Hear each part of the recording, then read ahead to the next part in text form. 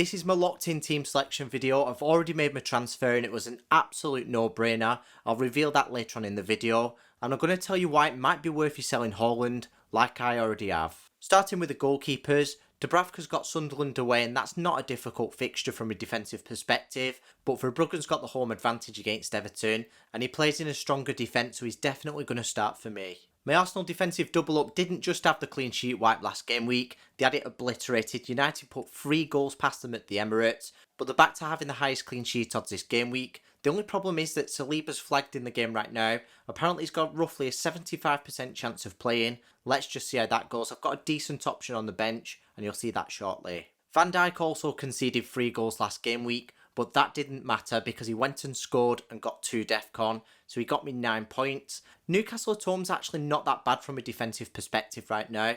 Last season they did have a decent attack when Isak was there, but I wouldn't say that right now, I'd just say it's pretty average. Taking a look at the fixtures from a defensive perspective, I don't think it's a great game week to go and buy defenders. Bournemouth don't have a strong defence, neither do Chelsea or United this season if you consider their underlying stats. Now, although Liverpool conceded 3 goals last game week, they still have a pretty solid defence. But next game week they've got City, and if you are going to buy a Liverpool defender, it's better to buy them from game week 26 onwards. Burnley have got the worst defence in the league. Same for Palace as well as Liverpool. They've not got a bad defence, but they do have a difficult fixture coming up next game week. Brighton do have a decent attack, and they are away from home.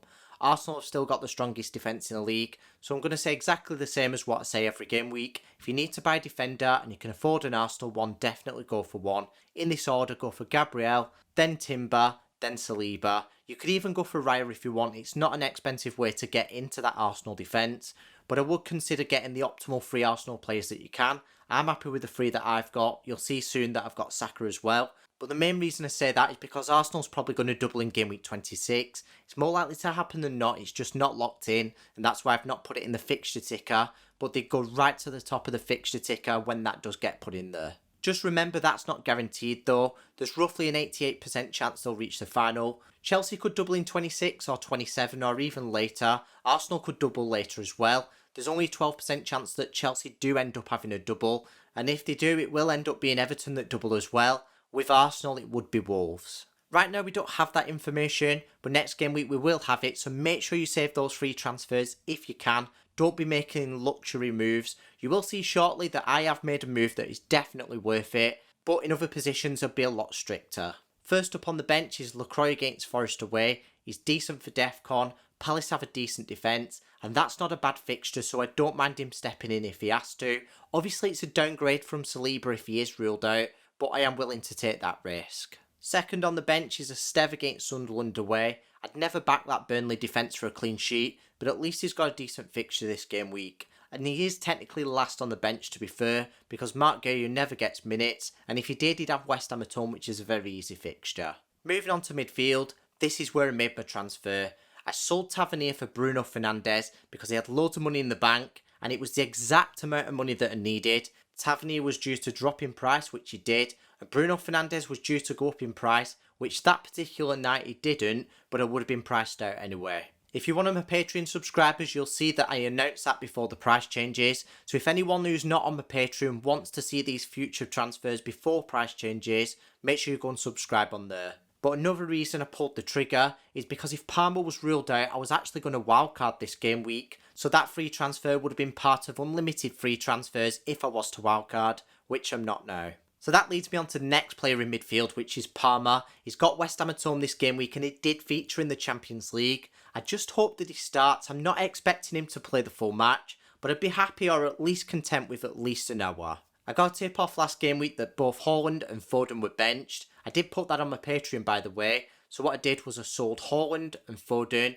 and brought in Palmer and Watkins. Unfortunately Palmer was injured, but I bought him a game week in advance anyway for these easy fixtures, so I only wanted to buy him this game week anyway. Unfortunately it didn't pay off last game week, but I did bring in Watkins as my forward, and he did outscore Haaland because he went and scored whilst Haaland blanked with a 1-pointer. I will discuss more about selling Haaland shortly. Completing my BPS triple up without Haaland is Saka. He's got Leeds away and hopefully will be on penalty duties. It does look like Jesus might start for Arsenal, meaning Gyökeres isn't breathing down Saka's neck for penalties. I know that's not guaranteed that Gyökeres doesn't start, he probably will do, and even if he doesn't, it's not guaranteed that Saka's on pens either. It is better to have that higher probability though. Saka's not delivered much recently from an FPL perspective, although last game week he was very close to getting 2 assists. This game week against Leeds away, that's not a bad fixture from an attacking perspective, and I still think he's one of the best midfielders in the game. Contributing massively to that is Arsenal's potential double in game week 26 that's likely to happen, and if it does, he probably is going to be my captain. I don't think there's a better option right now. Even next game week I might captain him against Sunderland. Haaland's got a difficult fixture next game week. Shada's got Villa away this game week, which isn't a bad fixture, but I still would have scrapped him off on the wild card, despite him usually getting 90 minutes every match. That's because he's got 2 difficult fixtures coming up from an attacking perspective, and I do think there's better options out there at a similar price tag, like Njai, who's actually $1 million cheaper. The first player who was going to kick out my team on wildcard was actually going to be Gordon. That's because he's got a difficult fixture against Liverpool away this game week, and he's only got 71 expected minutes. He's not really been doing much recently, and he does get reduced minutes near enough every match. Whilst I don't really like him as an option, I don't think it's worth taking a hit on him. I'd rather have him plus those 4 points than any of the alternatives at a similar price tag. Taking a look at the fixtures from an attacking perspective, Bournemouth are right at the top of the ticker, so I was going to consider Evan Nielsen as my second forward on wildcard.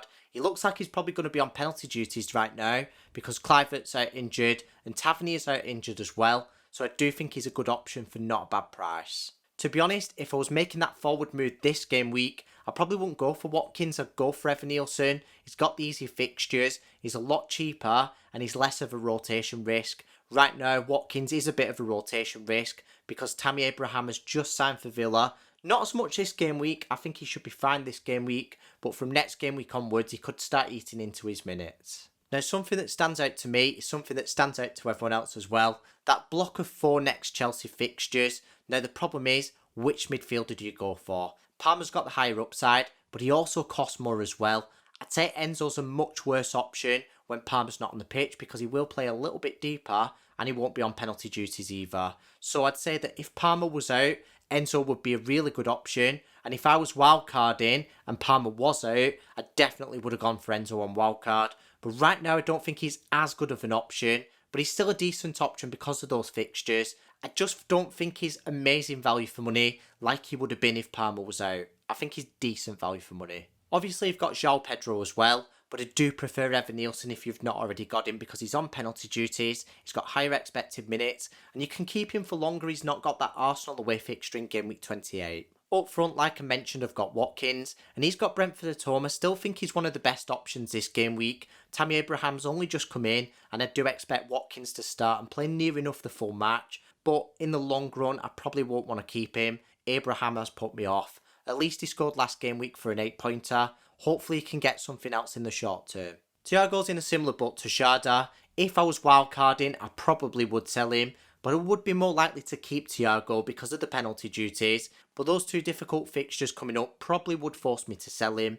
There just aren't a lot of great forward options right now, so I don't think it's bad to keep him. So my captain matrix explains half of the reason why I sold Haaland last game week. So I knew in game week 23 he'd be benched. I did think Palmer would be fully available for game week 24 against West Ham at home, and he was going to be my captain. Then Saka in game week 25 against Sunderland at home.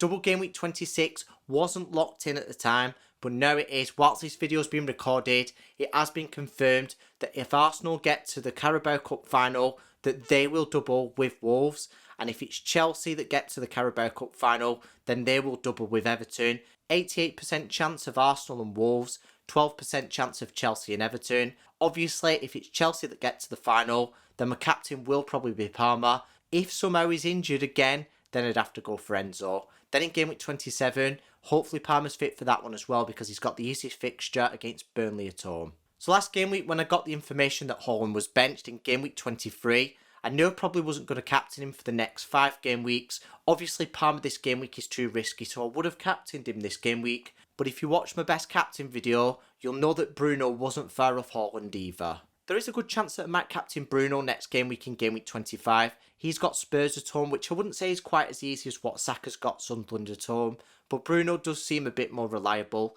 Make sure you subscribe so you don't miss any of my best captain videos or team selection videos like this. So with all the information that I said earlier about Haaland being benched and then not having plans to captain him, there was no way I was going to keep a player at 15.1 mil. I'm barely going to get any bang from a buck. I do want to have premium players that I'm going to captain, so I've distributed the funds and I will probably get him back in game week 28 or game week 29. Let's just see how it goes, but make sure you follow my journey on the team selection videos. You could even follow it yourself. It's not too late to sell him. It was just more optimal to sell him last game week.